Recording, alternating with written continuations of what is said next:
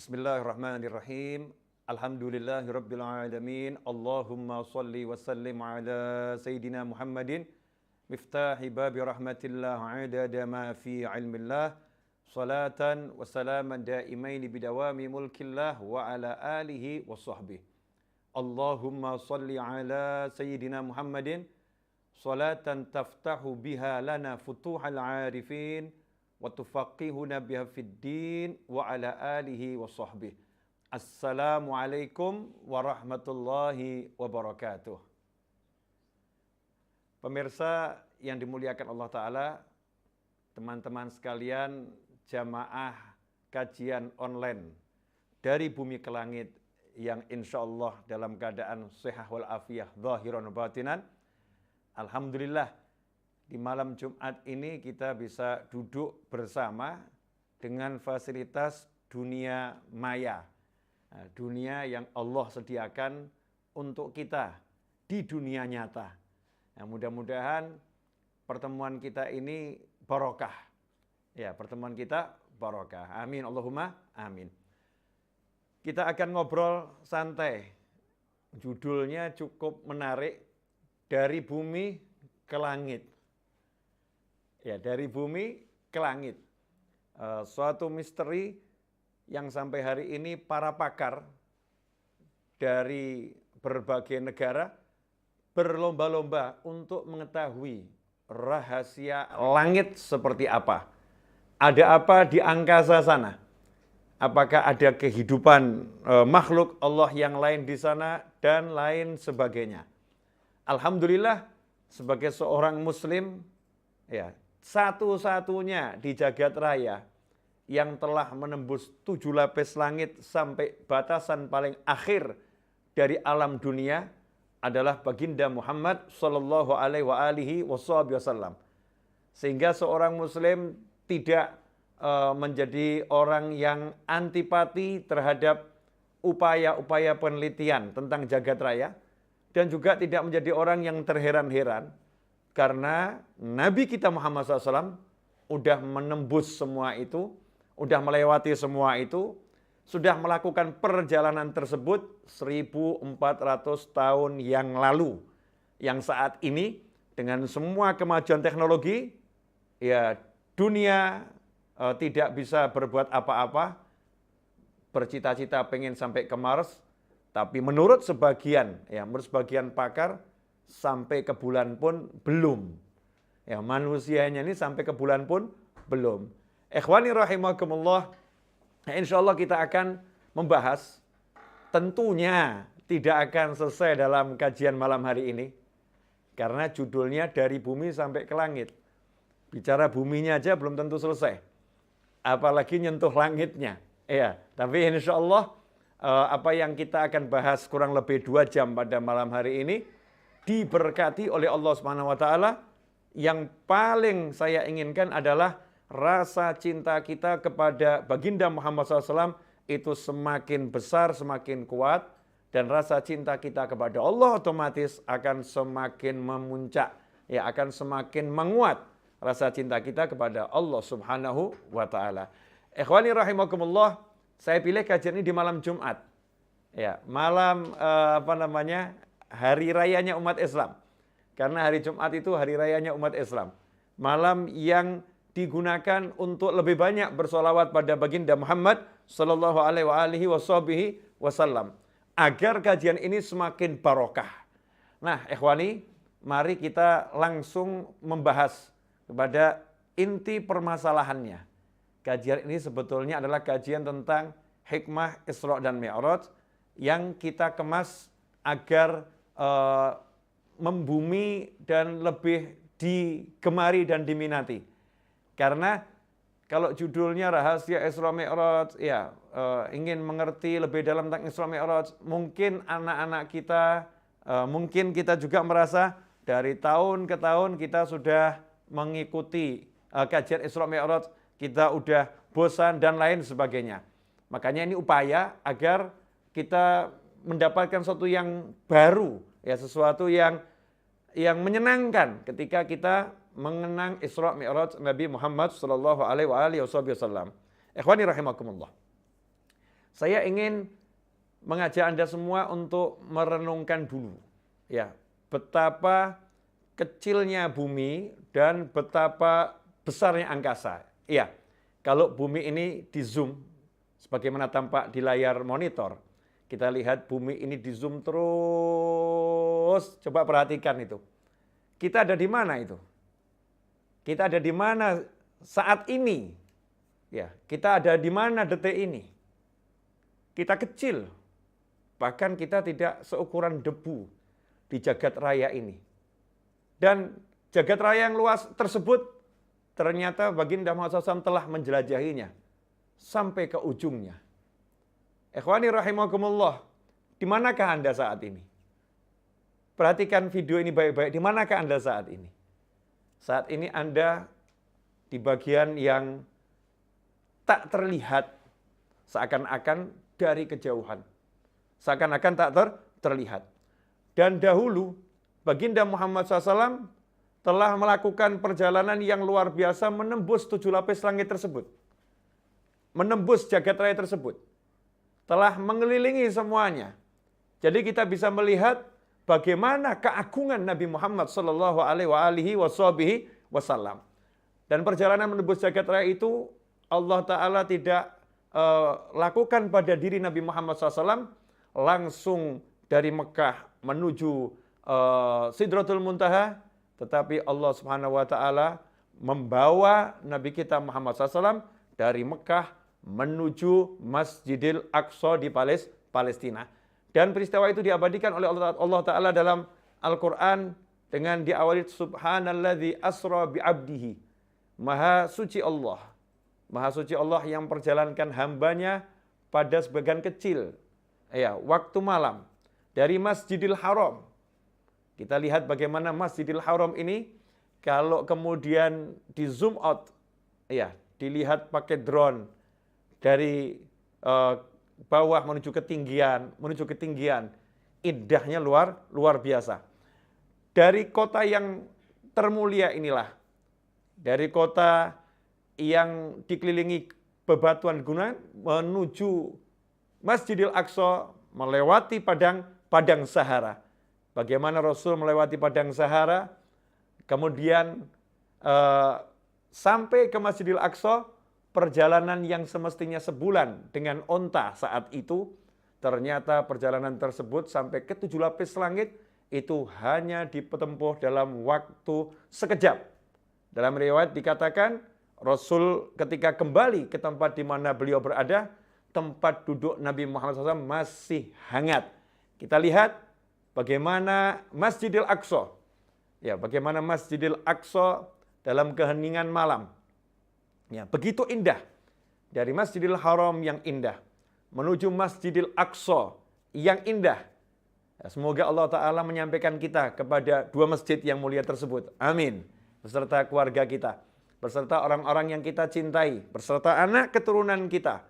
Ya, sampai hari kiamat semoga semuanya diberi kemudahan untuk sampai Masjidil Haram dan sampai ke Masjidil Aqsa.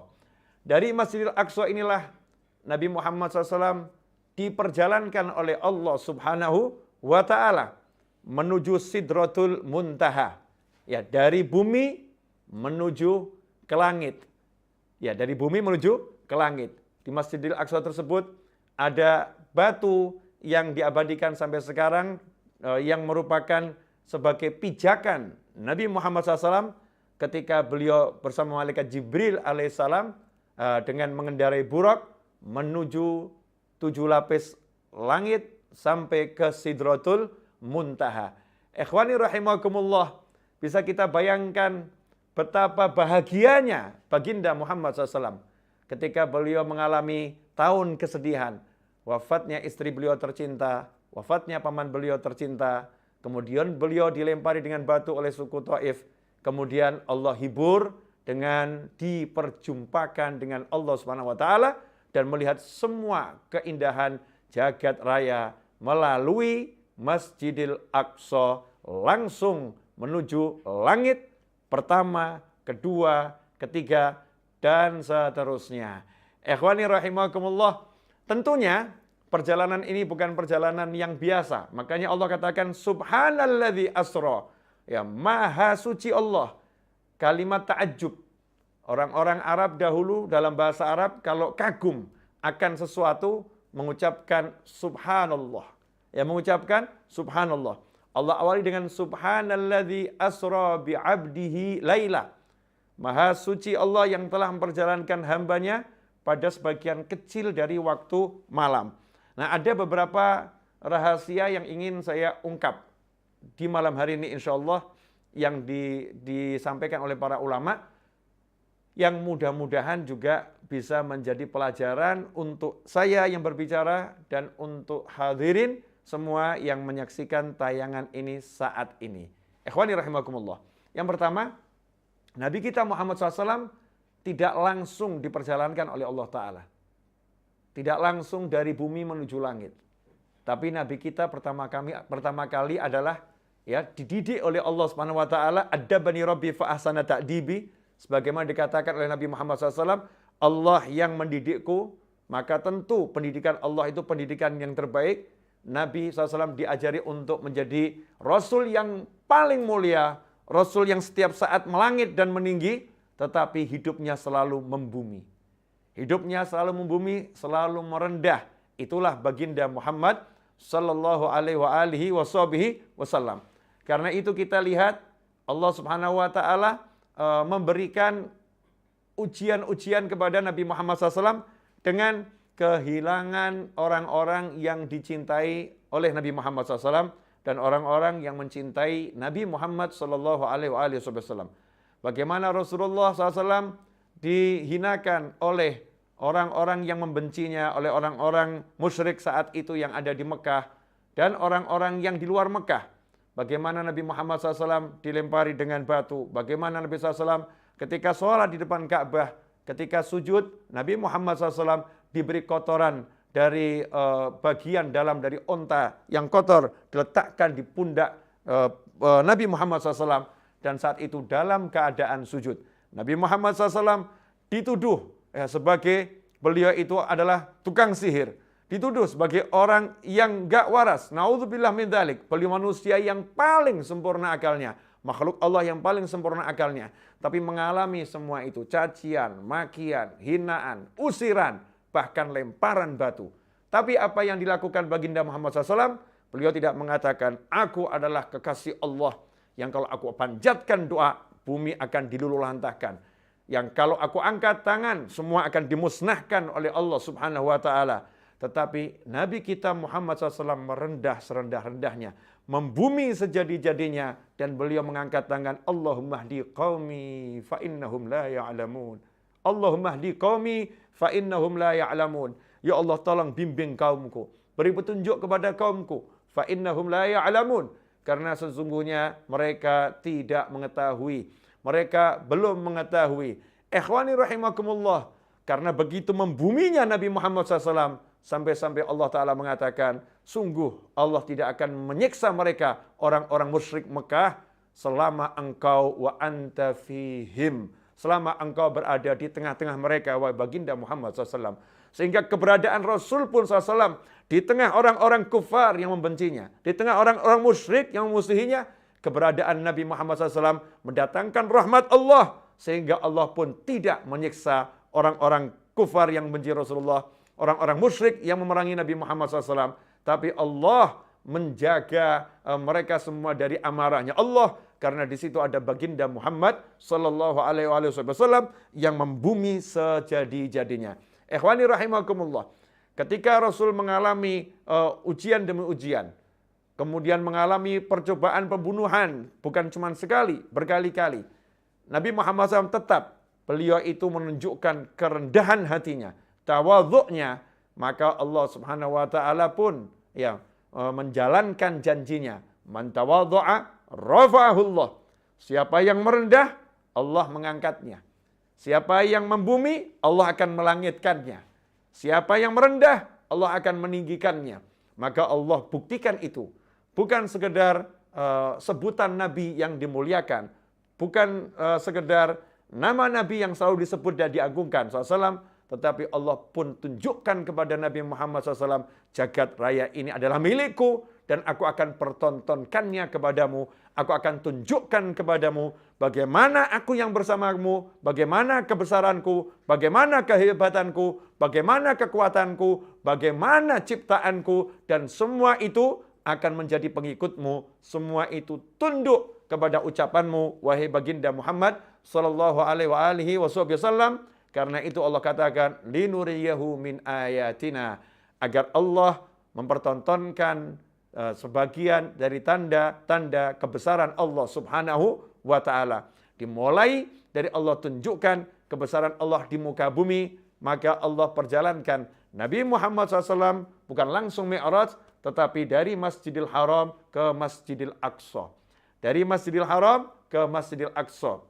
Dari masjid ke masjid. Dari tempat yang mulia ke tempat yang mulia. Ikhwani rahimakumullah.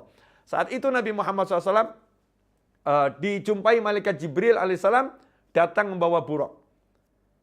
Jadi di sini ada satu pelajaran bahwasanya orang jalan butuh teman. Orang jalan jangan jalan sendirian.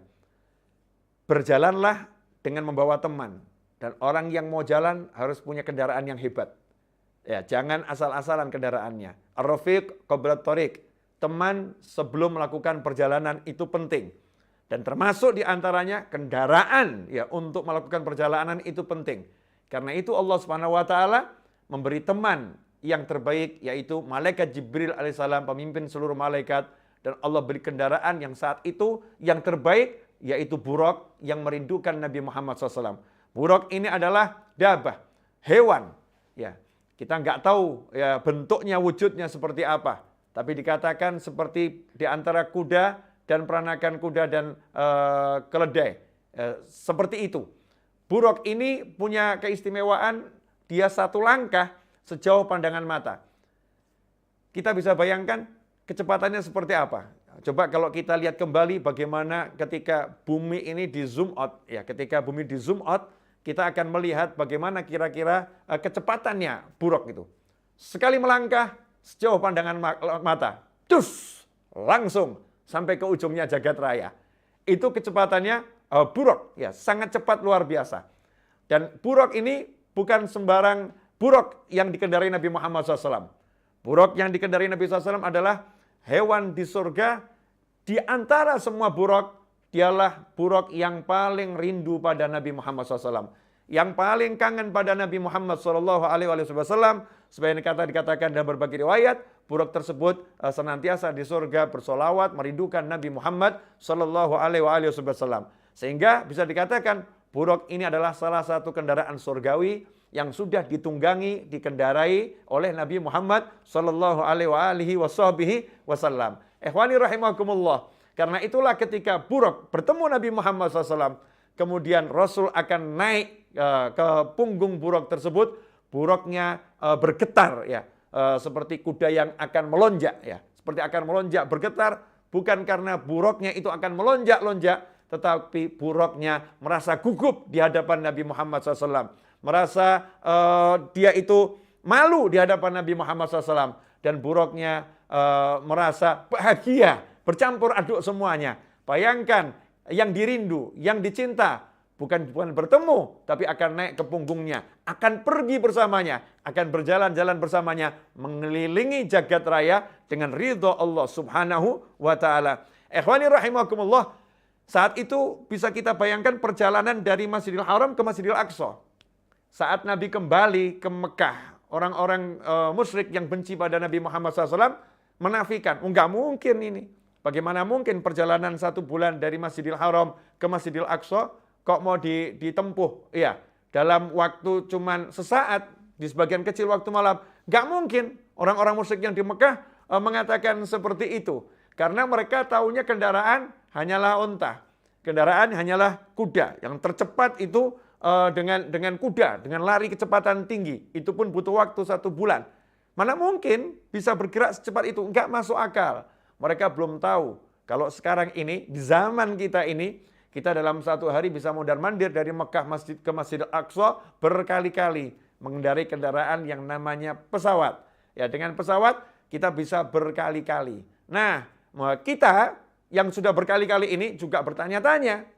Ya, bertanya-tanya, bagaimana mungkin bisa menembus 7 lapis langit? Ya, dengan begitu cepat dan kembali dengan begitu cepat dan waktunya hanya sesaat. Ikhwani rahimakumullah, sebagaimana orang-orang kufar, musyrik yang benci kepada Nabi Muhammad SAW tidak mempercayai karena mereka melihat kendaraan sehari-hari, nggak mungkin. Maka kalau kita berpikir yang sama dengan mereka, maka itu adalah suatu kesalahan yang fatal. Karena ternyata di zaman ini ada pesawat yang bergerak dengan kecepatan yang cepatnya luar biasa. Nabi telah mengendarai kendaraan tercepat di jagat raya untuk menempuh universe alam semesta ini.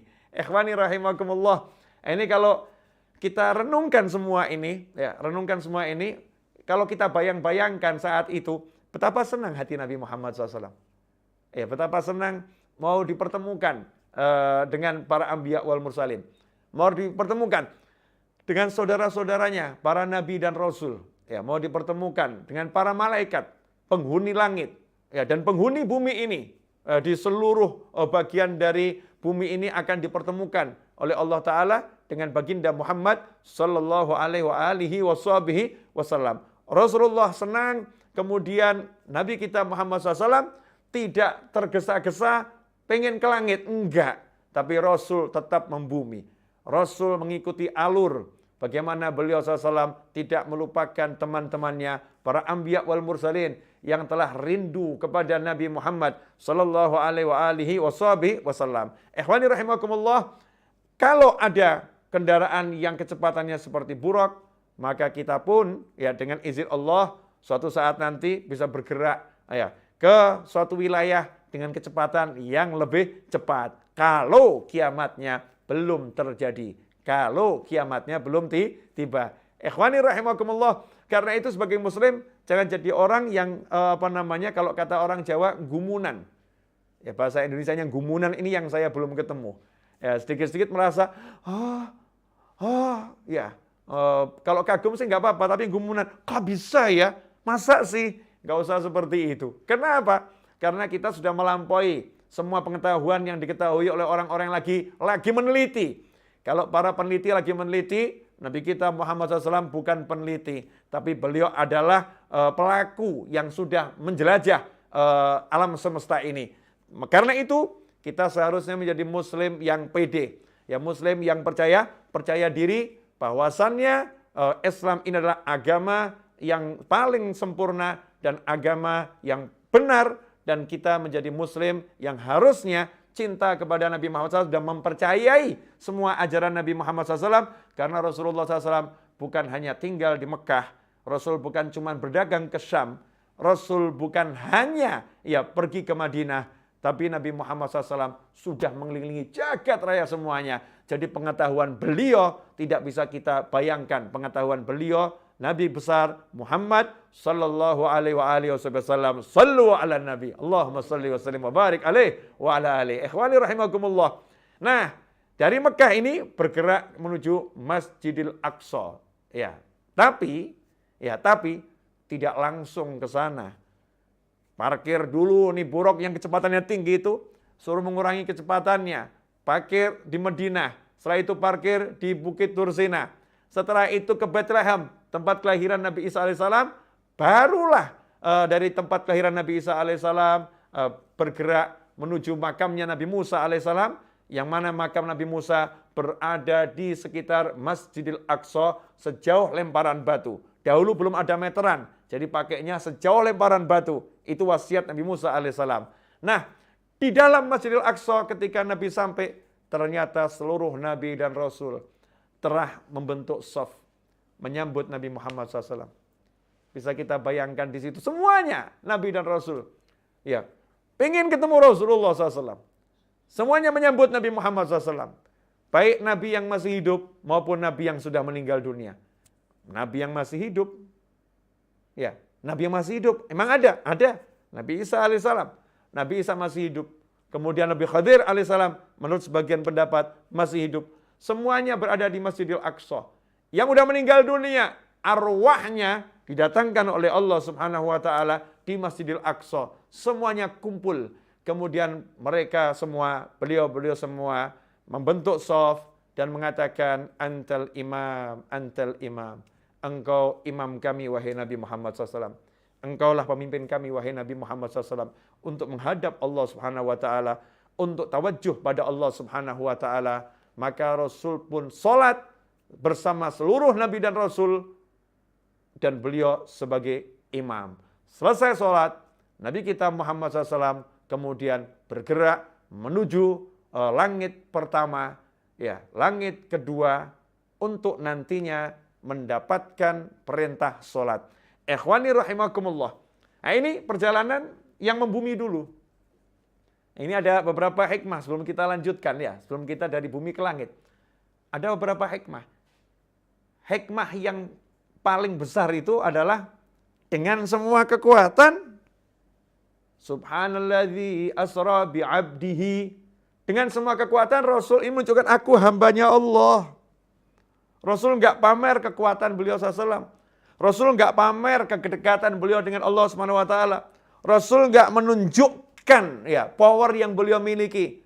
Yang kalau kita tahu, lau anzalna hadzal Qur'an, seandainya Al-Qur'an ini kami turunkan pada gunung, maka gunungnya akan hancur, lebur menjadi debu. Itu kalau Al-Quran turun kepada gunung. Tapi Al-Quran turun kepada dada hati Nabi Muhammad SAW. Rasulnya utuh, Rasulnya kuat, Rasulnya sehat. Meskipun dikatakan ketika turun wahyu pada Nabi Muhammad SAW, dan kaki Nabi saat itu berada di kaki sahabat ketika duduk. Ya, duduk kaki Nabi kebetulan ada di pahanya sahabat. Maka sahabat mengatakan, hampir-hampir kakiku remuk, ya, kakiku remuk karena wahyu yang turun pada Nabi Muhammad SAW. Betapa kuatnya Rasulullah SAW. Tetapi Rasul yang seperti itu SAW gak pernah pamer kekuatan. Perang, ya, beliau menunjukkan kemanusiaannya, membiarkan tubuhnya ini mengucurkan darah. Kalau Rasul mau dengan izin Allah, beliau bisa kebal. Kalau Rasul mau dengan mengibaskan tangan begini pun, musuh akan kocar-kacir. Musuh akan berjatuhan. Dan itu dibuktikan ketika saat itu harus perang parit, membuat parit, maka ada batu besar. Rasulullah SAW sudah 3 hari, 3 malam tidak makan. Maka ketika sahabat tidak bisa mecahkan batu besar itu, dengan santai Nabi Muhammad SAW mengambil linggis, kalau sekarang, alat untuk memecahkan batu. Alat itu dipakai sahabat yang paling kuat, dipukulkan sekuat tenaga, alatnya yang mungkin bergetar, batunya masih utuh. Tapi dipegang oleh Nabi Muhammad SAW dengan santai, batunya pun hancur, ya, berkeping-keping. Ikhwani rahimakumullah. Kenapa Nabi kita SAW tidak menunjukkan powernya, tidak menunjukkan kekuatannya? Karena Rasul pasrah dengan takdirnya Allah, pasrah dengan qadha dan qadarnya Allah. Muamalahnya dengan Allah Subhanahu wa taala menunjukkan aku adalah hamba Allah. Aku patuh pada apapun yang akan Allah lakukan kepada diriku. Aku akan tunjukkan sisi kemanusiaanku. Aku adalah manusia yang dipilih oleh Allah Subhanahu wa taala dan diberi banyak keistimewaan, tetapi di hadapan Allah aku akan tunduk kepada Allah Subhanahu wa taala. Karena Rasul seperti itu SAW, Rasulnya pun diangkat oleh Allah taala. Makanya kalau kita pengen melangit, kita pengen menjadi manusia yang pangkatnya tinggi di sisi Allah taala. Kalau kita pengen disenangkan oleh Allah taala, kalau kita pengen dihibur oleh Allah Ta'ala, maka kita jadi hamba yang betul-betul membumi. Jangan hamba yang sombong, jangan hamba yang sok pamer, jangan hamba yang sok hebat, bahkan jangan sampai jadi hamba yang keluh kesah, mengeluhkan takdirnya Allah Ta'ala, mengeluhkan perbuatannya Allah Subhanahu Wa Ta'ala, mengeluhkan apa yang Allah lakukan pada diri kita. Seharusnya kita membumi dan kita terus mengakui diri kita penuh kesalahan, diri kita penuh kekurangan, kita minta maaf pada Allah Ta'ala, minta ampun pada Allah Ta'ala. Kalau itu kita lakukan, maka Allah pun akan memperjalankan kita. Karena yang Allah perjalankan adalah hambanya, bi'abdihi. Ikhwani rahimakumullah. Nah ini, mungkin Anda tidak terasa, mungkin terasa, sudah kurang lebih 30 menit saya bicara. Ya, tanpa koma, tanpa titik. Terus ya 30 menit nih ya. Ngomong terus sampai Anda nggak sempat nyeruput kopi depan Anda. Nggak sempat minum ya. Ya, nggak terasa itu. 30 menit lebih dikit itu. Bahkan kopi yang di depan saya pun udah manggil dari tadi, Habib tolong minum saya. Saya katakan enggak, nanti dulu. karena saya lagi minum yang enak. Ya, minum enak mengenang perjalanan Nabi Muhammad sallallahu alaihi wasallam. Ikhwani rahimakumullah. Itu hikmah yang pertama, yaitu adalah membumi, ya, membumi. Sebelum kita lanjutkan pada hikmah berikutnya, mari silahkan Anda rileks sejenak, minum kopi yang udah Anda siapkan, atau mungkin mau yang minum teh yang udah disiapkan, karena panitia tidak bisa ngirim teh ke rumah Anda, tidak bisa ngirim teh atau kopi ke rumah Anda, tapi saya insya Allah bisa mengirim kopi ini ke layar monitor Anda masing-masing. Silahkan Anda mencoba kopi yang sudah disiapkan oleh istri Anda, pasangan hidup Anda, atau mungkin sudah Anda buat sendiri. Afia Coffee menemani Anda insya Allah. Bismillahirrahmanirrahim. Alhamdulillah. Iklan dulu Afia Coffee. Iya kan, nggak afdol kalau nggak pakai ngopi. Ini ahlu sunnah wal jamaah nih, apalagi orang Indonesia. Indonesia ini kan kopinya kopi yang terbaik di dunia. Dibawa ke luar negeri, dikembalikan ke Indonesia, kita gumunan. Kopinya luar negeri enak. Padahal made in Indonesia. Asalnya dari Indonesia. Khawani rahimakumullah. Monggo diunjuk. Bismillah, silakan diminum dulu. Alhamdulillah.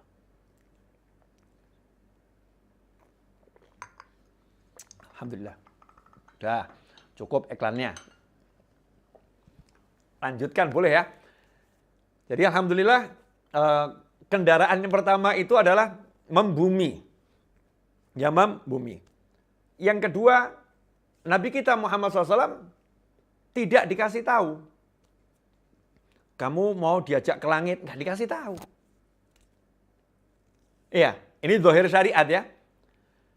Nggak ada pemberitahuan malaikat, tiba-tiba malaikat datang utusan, wahai Rasulullah SAW, jangan kemana-mana ya, prepare, persiapkan, nanti malam malaikat Jibril akan datang, bawa buruk, jemput Anda, mau dibawa ke langit. Nggak ada. Nggak ada. Sifatnya surprise, kejutan dari Allah Subhanahu wa Ta'ala. Makanya dikatakan saat itu Nabi kita SAW lagi tidur. Ya, lagi tidur, kemudian datangi malaikat Jibril alaihissalam, bangun, diajak pergi. Nah, di sini ada banyak pelajaran. Jadi kalau orang itu memang tidurnya baik, tidurnya sesuai syariat, tidurnya membumi, tidurnya nggak ada kesombongan, nah, bisa jadi dalam tidurnya itu Allah beri karunia yang luar biasa. Ya, diberi karunia yang luar biasa. Di situ juga ada pelajaran bahwasanya karunia Allah itu datangnya nggak mesti ketika kita lagi berzikir. Kalau berzikir tentu karunia Allah itu datang ya. Tapi kadang-kadang kita lagi santai, tiba-tiba ada surprise. Makanya dikatakan oleh Nabi kita Muhammad SAW dalam sebuah riwayat, sesungguhnya di setiap perjalanan waktu, di setiap saat yang bergerak, Allah itu punya nafahat. Nafahat. Jadi hembusan-hembusan karunia ilahi. Setiap perjalanan waktu, 1/1000 detik itu ya, 1/1000 mili detik. Di situ ada karunia-karunia ilahi yang turun. Ala fata'arudulaha. Hendaknya kamu selalu menghadang. Jadi sifatnya mukmin itu setiap saat menghadang karunia Allah. Bisa jadi sebentar lagi saya dapat karunia dari Allah. Bisa jadi saat ini saya dapat karunia dari Allah. Nggak nunggu nanti saya kalau sholat dapat karunia dari Allah. Udah sholat insya Allah karunia Allah. Bisa jadi ketika makan nih turun karunia dari Allah Subhanahu wa Ta'ala. Bisa jadi ketika ngobrol dengan teman yang halal obrolannya, turun karunia Allah Subhanahu wa Ta'ala. Makanya jangan pernah remehkan setiap saat perjalanan hidup kita. Karena kalau perjalanan hidup kita ini betul-betul alladzina amanu wa amilus solihat, maka kita nggak akan pernah merugi. Di setiap saat itu ada karunia Allah Subhanahu wa Ta'ala. Nah, ini pelajaran ketika hikmah Nabi SAW diajak perginya itu bukan ketika Rasul sholat kemudian dihampirin, tapi ketika lagi istirahat. Ya, ketika istirahat didatangi oleh malaikat Jibril alaihissalam. Kemudian, ikhwani rahimakumullah, itu terjadi di malam hari. Nggak bisa dipungkiri memang waktu malam ini waktu yang istimewa. Ya, waktu yang istimewa buat ahli taat dan ahli maksiat. Na'udzubillah min dzalik. Ya, tukang sihir itu kalau mau nyihir paling ampuh katanya malam hari. Tukang sihir itu kalau mau nyihir katanya paling ampuh malam hari. Kemudian katanya loh ya, katanya orang-orang kok lagi jatuh cinta itu kalau merayunya siang hari kurang afdol katanya. Kalau merayunya malam hari di bawah purnama itu rasanya katanya loh ya, katanya afdol itu, sesuatu itu. Jadi buat orang-orang yang ahli maksiat, malam itu juga punya keistimewaan buat mereka. Kalau mau melakukan kejahatan, maka di malam hari itu lebih asyik ya buat orang-orang yang ahli maksiat. Naudzubillah min dzalik. Buat yang ahli taat, malam hari itu mereka nggak ingin berpisah dengan malam hari. Makanya banyak ulama yang mengatakan kami tidak pernah merasa sedih selama sekian puluh tahun seperti sedihnya kami ketika tiba waktu azan subuh. Jadi waktu subuh tiba itu sedih karena seakan-akan lagi malam akan berakhir. Ya malam akan berakhir. Kalau sebagian kita azan subuh itu tiba sedih. Kenapa? Mesti bangun dan sholat. Gitu. Jadi beda dengan sedihnya orang-orang soleh. Orang soleh ini sedihnya karena waktu malam hilang ini. Waktu munajat. Waktu ngobrol dengan Allah. Waktu bercakap-cakap dengan Allah Subhanahu wa taala. Waktunya hilang. Ya Allah, siang. Meskipun siang waktu juga yang mulia. Siang waktu juga untuk berdoa, berzikir, beribadah, qiraatul Quran, bersolawat pada Nabi Muhammad SAW, istighfar, sholat duha, punya keistimewaan. Tetapi nggak bisa dipungkiri waktu malam adalah waktu yang sangat istimewa. Karena itu tidaklah wahyu turun kepada Nabi manapun kecuali itu di malam hari. Tidaklah wahyu Allah turun kepada Nabi manapun alaihi wassalatu wassalam kecuali di malam hari. Makanya jangan mimpi kita jadi wali kalau malam hari nggak pernah cari karunia ilahi. Ya, karena tidak ada pelantikan wali siang hari tidak ada kecuali wali murid, wali kelas. Ya, itu pelantikan wali murid, wali kelas siang hari. Tapi kalau pelantikan wali Allah nggak ada yang siang hari, semuanya malam hari. Makanya kalau kita malam itu ya di antara cita-cita kita kan di antara ngelamun kita, ya Allah. Kalau malam ini ada wali yang kamu angkat, pilihlah saya ya Allah. Angkat saya jadi walimu ya Allah. Nah, itu setan biasanya bisikin, alah enggak ya kamu. Wong kamu masih seperti ini, dosamu banyak kok pengen diangkat jadi wali. Allah tuh kalau mau ngangkat seorang jadi wali, sama Allah langsung diampuni dosanya. Tiba-tiba klik jadi wali Allah. Makanya jangan remehkan doa itu. Ya Allah, ya catat aku sebagai walimu ya Allah. Malam hari ini angkat aku jadi walimu ya Allah. Ada waktu-waktu yang kita minta seperti itu. Jangan dari mulai maghrib, masuk waktu malam, sampai subuh. Kita sama sekali nggak minta sama Allah Subhanahu wa taala mendapatkan kemuliaan-kemuliaan ukhrawi. Karena Allah angkat para anbiya di malam hari. Seperti Nabi Musa alaihissalam mendapatkan derajat rasulnya, kalimullah, diajak bicara langsung oleh Allah Ta'ala di Bukit Tursina, itu pun di malam hari. Ikhwani rahimakumullah. Malam hari bukan sembarang malam. Dikatakan itu di sepertiga, ya, akhir malam. Di sepertiga akhir malam, kemudian waktu yang digunakan Nabi SAW untuk melakukan perjalanan tersebut, menurut para ulama, berdasarkan hadits yang ada, ketika Nabi SAW kembali, tempat duduknya masih hangat. Dulu nggak ada detik, nggak ada menit, nggak ada jam ya. Jadi dilihat masih hangat, tempatnya masih hangat. Tempat duduknya masih hangat. Ya kita nggak bisa ngukur ya. Berapa lama itu? Nah, kemajuan ilmu modern, saya bukan pakar antariksa, bukan pakar fisika, ya. Tapi yang pernah saya baca katanya, kalau orang itu bisa bergerak melebihi kecepatan cahaya, maka waktu itu akan menjadi mengecil. Waktu akan melambat. Jadi waktu buat dia akan melambat kalau dia bisa bergerak melebihi kecepatan cahaya. Waktunya melambat. Sehingga dalam waktu yang singkat, ya, orang tersebut bisa melakukan banyak hal yang dilakukan orang lain dalam waktu yang sangat panjang. Jadi ada teori relativitas atau apa tuh? Saya nggak paham teori-teori itu. Itu semua sudah berlaku pada Nabi Muhammad SAW. Jadi Rasulullah SAW itu bukan ada orang yang kemarin nanya sama saya, Habib. Jadi Nabi Muhammad SAW itu bergerak dengan kecepatan yang luar biasa, Habib ya. Jadi waktunya berkah itu karena bergeraknya cepat gitu ya. Saya jawab enggak. Kalau berkah ya betul-betul berkah. Betul-betul berkah bagaimana? Karena Allah udah bilang, alladzi barakna haulahu. sekitar Masjidil Aqsa itu diberkati Allah, Mekah diberkati Allah Ta'ala, waktu malamnya sebagian kecil dari waktu malam diberkati oleh Allah Ta'ala, sehingga dengan waktu yang barokah itu Nabi kita Muhammad SAW bisa melakukan banyak hal.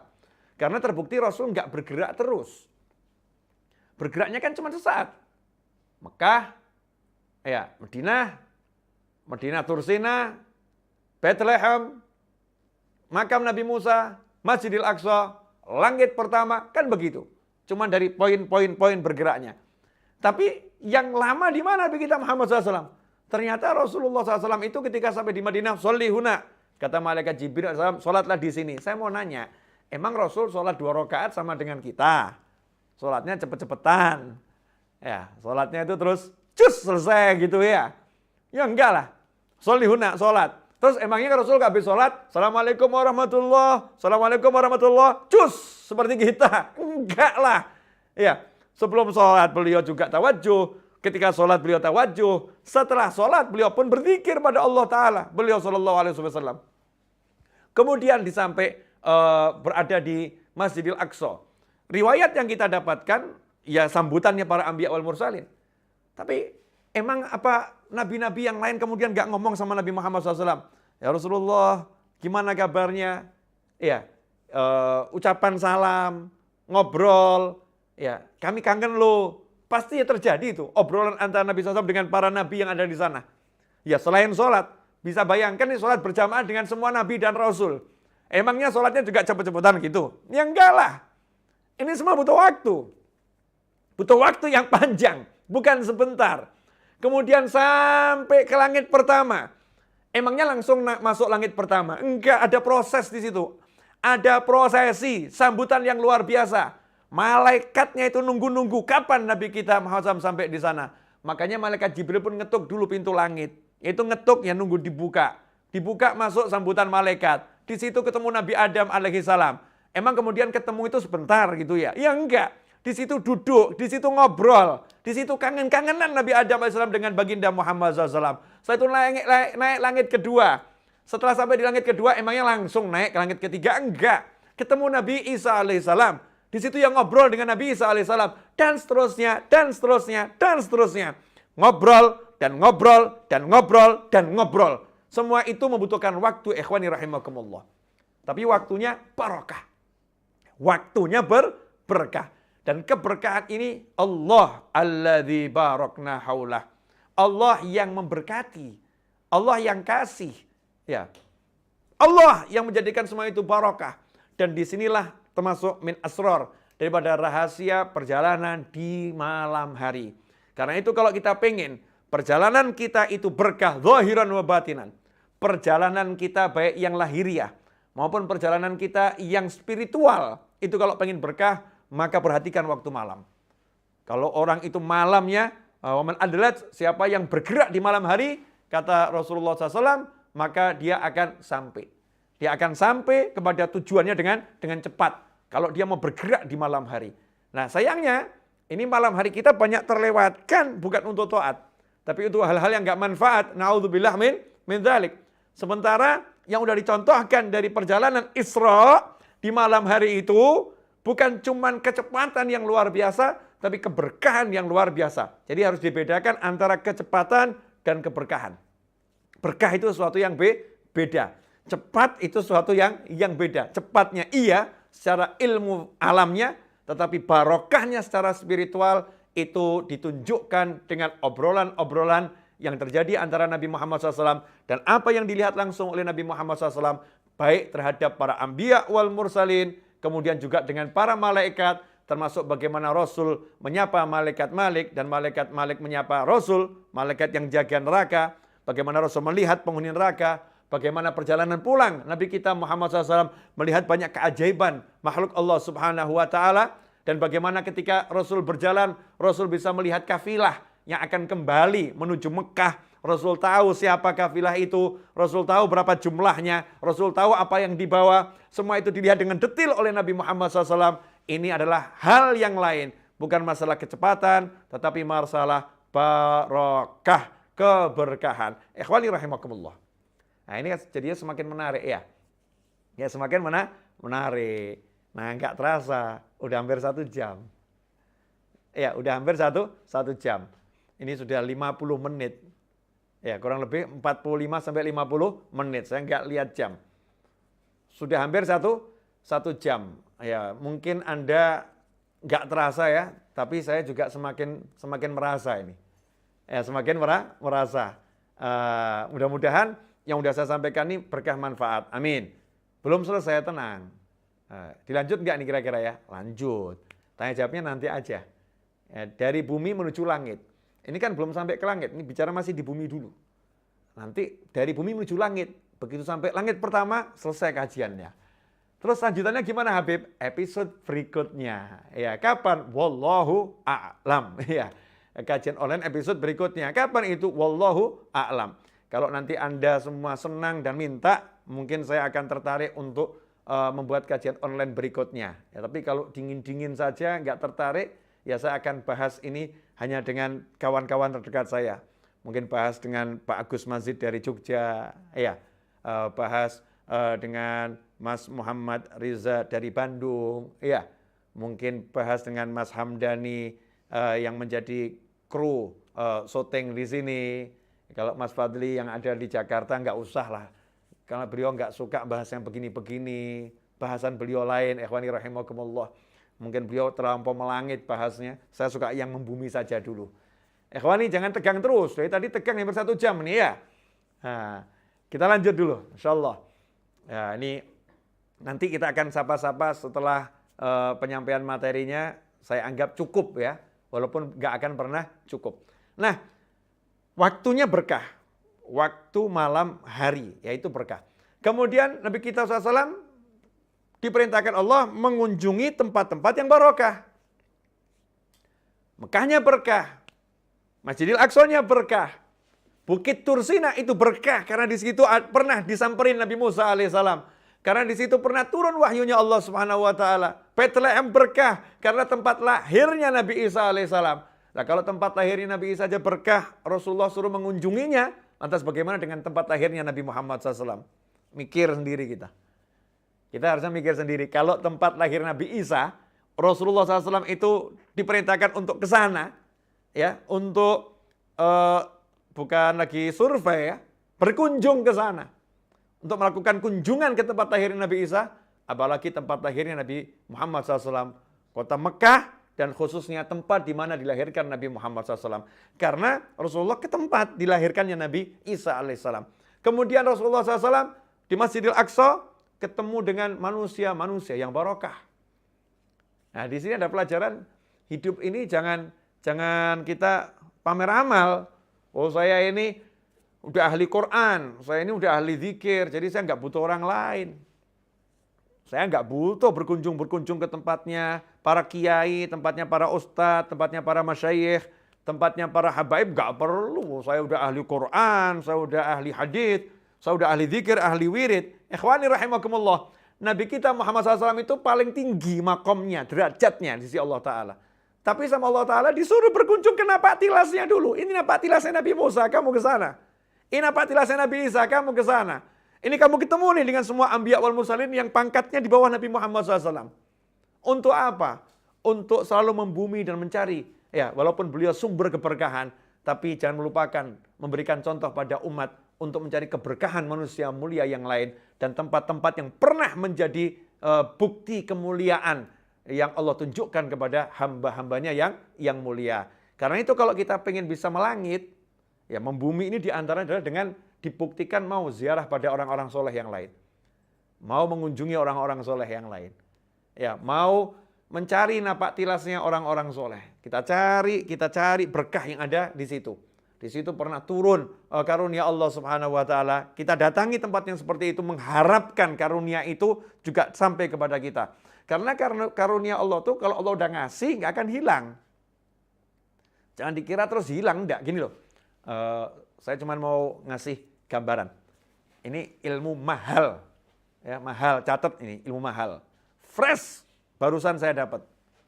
Nah, tahu yang namanya radiasi nuklir itu.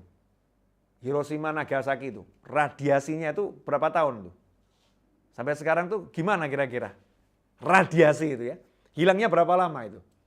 Lah kalau itu nuklir, radiasinya nggak hilang-hilang. Lah kalau itu nurnya Allah Subhanahu wa taala, radiasi positifnya apa akan hilang? Nggak akan hilang. Kalau itu rahmatnya Allah taala, nggak akan hilang, abadi selama-lamanya. Makanya tempat-tempatnya orang soleh, napak tilasnya orang soleh, di situ mengucur rahmatnya Allah taala. Di situ ada nur-nur yang luar biasa. Ikhwani rahimakumullah, ini suatu yang masuk akal, logis, syar'i dan nakli maupun akli. Dengan akal maupun nakal syariat, itu bisa diterima akal sehatnya orang-orang yang mau menggunakan akal sehatnya, dan mudah-mudahan kita termasuk di antaranya. Amin. Allahumma amin. Ikhwani rahimakumullah. Nah selanjutnya, ada apa dengan Masjidil Aqsa? Masjidil Aqsa ini selalu menarik. Ya, selalu menarik sampai sekarang ini menjadi perebutan. Ya, perebutan antara seluruh orang-orang yang ada di dunia ini. Ada rahasia besar nih, baik itu Yahudi, ya, Muslim maupun yang lain, semuanya menuju ke sana. Ada sesuatu yang menarik di Masjidil Aqsa ini. Ada apa? Allah udah mengatakan, Alladzi barakna haulah, yang mana sekelilingnya kami berkati.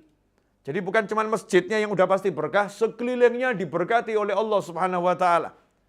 Para ahli tafsir pun beda pendapat ya tentang apa itu keberkahan yang dimaksud. Tapi sampai-sampai karena berkahnya sekeliling Masjidil Aqsa dan Masjidil Aqsa, Nabi Musa alaihissalam ini kalau dimakamkan dimanapun kan berkah turun pada beliau. Nabi Musa alaihissalam ini kan kalimullah yang dialog langsung dengan Allah Ta'ala. Dimakamkan dimanapun itu berkah akan datang kepada beliau dengan izin Allah Subhanahu Wa Ta'ala karena Allah memberikan barokah. Tetapi Nabi Musa sampai-sampai wasiat dalam Sahih Bukhari, beliau mengatakan, kalau aku wafat, makamkan aku di dekat Masjidil Aqsa, walau ramyah bihajar. Walaupun jarak makamku itu sejauh lemparan batu. Ya, walaupun agak jauh, nggak jadi masalah. Ya, lemparan batu orang yang normal, yang kuat, umatnya Nabi Musa. Lumayan tuh, entah berapa meter gitu ya. Jangan jauh-jauh, segitulah gitu. Pengen dekat dengan tempat yang berkah dari Masjidil Aqsa. Karena itu kita jangan mengabaikan. Wah, Masjidil Aqsa, kita udah punya Masjidil Haram, kita punya Madinah, ya, kita nggak perlu Masjidil Aqsa. Na'udzubillah min dzalik. Ini Masjidil Aqsa ini masjid yang punya kemuliaan yang luar biasa. Umat Islam ini memuliakan tempat-tempat yang mulia. Ikhwani rahimakumullah. Nah, dari situ Allah baru perjalankan Nabi kita Muhammad SAW menuju Sidratul Muntaha.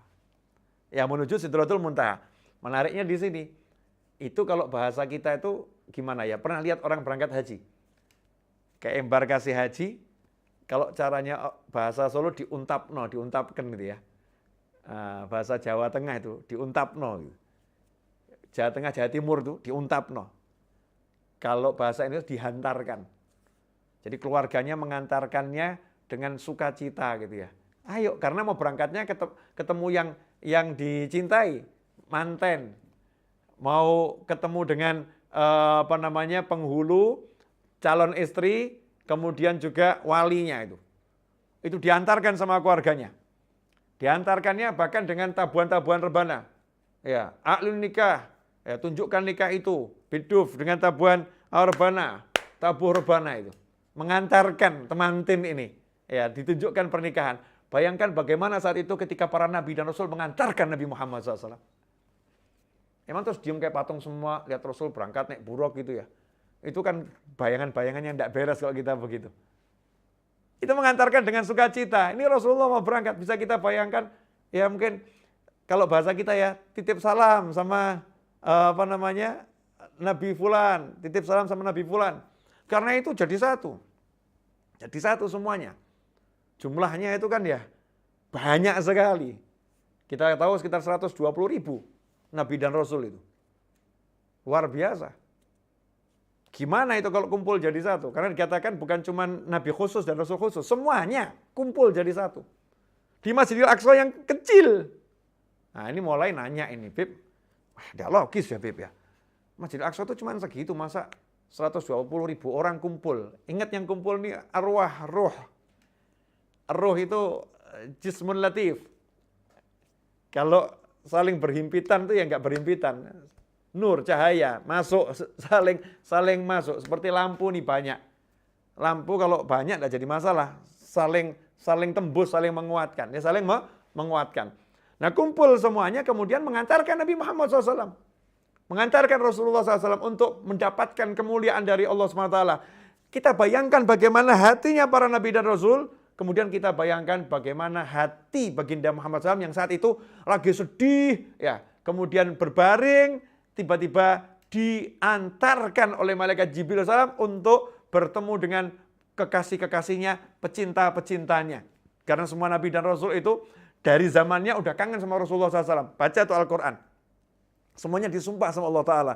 Kalau ini Nabiku Muhammad SAW muncul di zamanmu, kalian semua wajib iman. Umat kalian wajib iman tuh. Jadi semuanya nunggu-nunggu. Wah, apa Rasulullah di zaman saya ya? Apakah dimunculkan Allah di zaman saya? Semuanya kangen pada Nabi Muhammad SAW. Pengen ketemu Rasulullah SAW. Maka di malam itu ketika di Masjidil Aqsa, semuanya ketemu, senangnya luar biasa. Nah cuman kan ada judulnya pertemuan umum dan pertemuan khusus. Ya ketika di majelis ketemu semuanya. Nah saya itu masuk ke rumah Pak Yai kan orang-orang khusus yang ketemu. Kan begitu ya. Di majelis semuanya ketemu, semuanya bisa lihat. Tapi begitu ada di rumah Pak Yai, yang ketemu orang-orang khusus. Nah ini begitu berada di langit, yang ketemu adalah manusia pilihan yang khusus dari Allah Subhanahu wa Ta'ala, nabi-nabi yang khusus. Maka sampai ke langit yang pertama, ikhwani rahimakumullah, di situ ada banyak cerita, di situ ada banyak kisah yang insya Allah akan kita lanjutkan pada episode yang berikutnya. Semoga Anda kecewa dengan penutupnya ini, iya, sehingga ada penasaran lagi. Tapi jangan khawatir, kita akan tanya jawab. Ya, kita akan tanya jawab, biar tanya jawabnya juga nambah ilmu, khususnya buat yang berbicara, dan mudah-mudahan juga untuk yang mendengarkan. Tapi sebelum dilanjutkan, tanya jawab, saya mau ambil kesimpulan dulu. Yang pertama adalah, membumilah, maka engkau akan melangit. Membumilah, engkau akan melangit. Membumi itu artinya apa? Terima takdirnya Allah SWT dengan ridho, ya, dengan qabul, ya, dengan senang. Kemudian gak keluh kesah atas apapun yang ditakdirkan oleh Allah Subhanahu wa Ta'ala, dan menjalankan syariatnya Allah Subhanahu wa Ta'ala, tidak sombong dengan kelebihan yang dimiliki, sadar punya kelebihan disyukurin, tapi gak pernah menyombongkan diri dan memakai kelebihan itu hanya ketika betul-betul tidak ada cara lain yang bisa dipakai, sebagaimana Nabi Muhammad SAW memakai kelebihannya untuk mecah batu, karena cara-cara yang ada sudah tidak bisa. Bagaimana Rasulullah SAW mengeluarkan air dari sela jari jemari beliau SAW? Ya, karena memang sudah tidak ada air, yang ada cuma sedikit, maka Rasul pun menunjukkan kelebihannya dengan izin Allah Subhanahu wa Ta'ala. Semua kelebihan yang ditunjukkan oleh Nabi Muhammad SAW adalah saat memang cara-cara yang biasa sudah tidak dimungkinkan untuk dipakai, maka Rasulullah SAW menunjukkan kelebihannya, mukjizatnya dengan izin Allah Subhanahu wa Ta'ala. Dan baginda Muhammad SAW selalu ya menunjukkan kasih sayangnya kepada seluruh makhluk Allah Subhanahu wa Ta'ala, bahkan kepada yang menzalimi, yang menyiksa. Rasul pun selalu berpikir yang positif, optimis. Kalau orang ini nggak bisa, anak cucunya, wahai Allah Subhanahu wa Ta'ala, semoga menjadi orang-orang beriman kepadamu dan kepadaku, wahai Allah Subhanahu wa Ta'ala. Kemudian hikmah yang berikutnya adalah berkah itu adalah sesuatu yang penting. Ya, berkah adalah sesuatu yang penting. Perjalanan Isra dan Mi'raj memang cepat, tetapi jangan lupa ngobrol nggak bisa dicepatkan. Ya, ngobrol nggak bisa dicepatkan. Maka di situ ada keberkahan waktu yang sifatnya misterius. Ya, hanya bisa dengan praktek, dengan amal soleh, dengan kerja nyata, maka itu nanti akan membuahkan yang namanya barokah. Ya, namanya barokah. Kemudian jangan lupa bahwasanya perjumpaan dengan orang-orang yang soleh itu penting, perjumpaan dengan orang-orang yang mulia itu penting, dan ikhwani rahimakumullah, kita butuh kendaraan yang hebat untuk menuju langit, ya, untuk menuju langit. Nah, nanti saya yakin akan ada pertanyaan-pertanyaan yang menarik, yang bisa saya jawab, yang nggak bisa jadi PR. Semoga berkah dan manfaat. Saya minta maaf atas segala kekurangannya. Wassallallahu ala sayyidina Muhammadin wa alihi wasallam walhamdulillahirabbil alamin. Walafu minkum. Waktu saya kembalikan kepada